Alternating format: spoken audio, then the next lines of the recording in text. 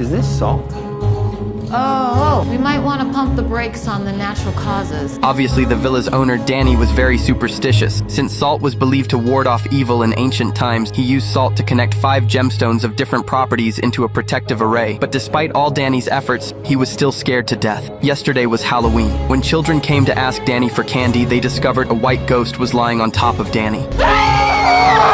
Inside the house, they found sedatives and nitroglycerin tablets. Danny had long-term insomnia and heart disease, but Morgan noticed something about how Danny fell. The victim wasn't reaching for his medication. He was reaching for a black obsidian bracelet on the sofa. I think somebody who knew Danny had a bad heart staged a haunting to scare him to death. That would be murder. Daphne also did some research. Last century, a famous celebrity couple lived in this villa. They were seen as the perfect couple by many, but when the wife discovered her husband's infidelity, she took her own life in the bedroom. Months later, also on Halloween, the husband fell from the balcony. Police ruled it an accident, but rumors online say the wife's ghost pushed him off. Strangely though, Danny was clearly afraid of ghosts, so why would he buy a haunted house? Then Oz noticed a psychic's business card on the table. Perhaps the psychic could give them answers. Morgan and Carla went to find the psychic. The psychic confirmed Danny was indeed her client. Danny refused to move because his wife loved that house, so he hired her to set up the protective array. The psychic believed Danny's death was caused by the actress's ghost. A few more rituals at the house and the actress's spirit would be dispersed. Morgan couldn't hold back any longer. How much do each of these clearing rituals cost? Around $5,000. Dollars? Yes,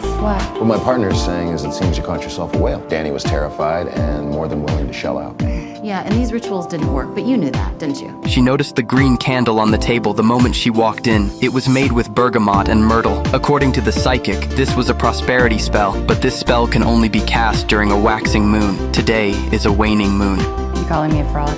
I am. Carla believed Danny discovered the psychic was a fraud, then demanded his money back. So the psychic deliberately staged a haunting to scare the heart patient to death. But the psychic just smiled and shook her head. If she really scared her own client to death, she would be destroying her own reputation. She also told Carla and Morgan, instead of wasting time here, they should investigate why there were sounds of a woman crying in Danny's basement. After the psychic asked them to leave, Carla actually thought she had a point, so they returned to the villa to investigate. Carla was an atheist, so he went down to the basement alone. Morgan continued looking around the house. Then Morgan really did hear footsteps from the ceiling. Could this house actually be haunted? Morgan remembered her 2 kids often played with phones through the ventilation ducts. When Morgan opened the vent, she found a backpack inside just as she expected. Meanwhile, Carla in the basement also noticed something strange. A white shadow kept following him. Morgan?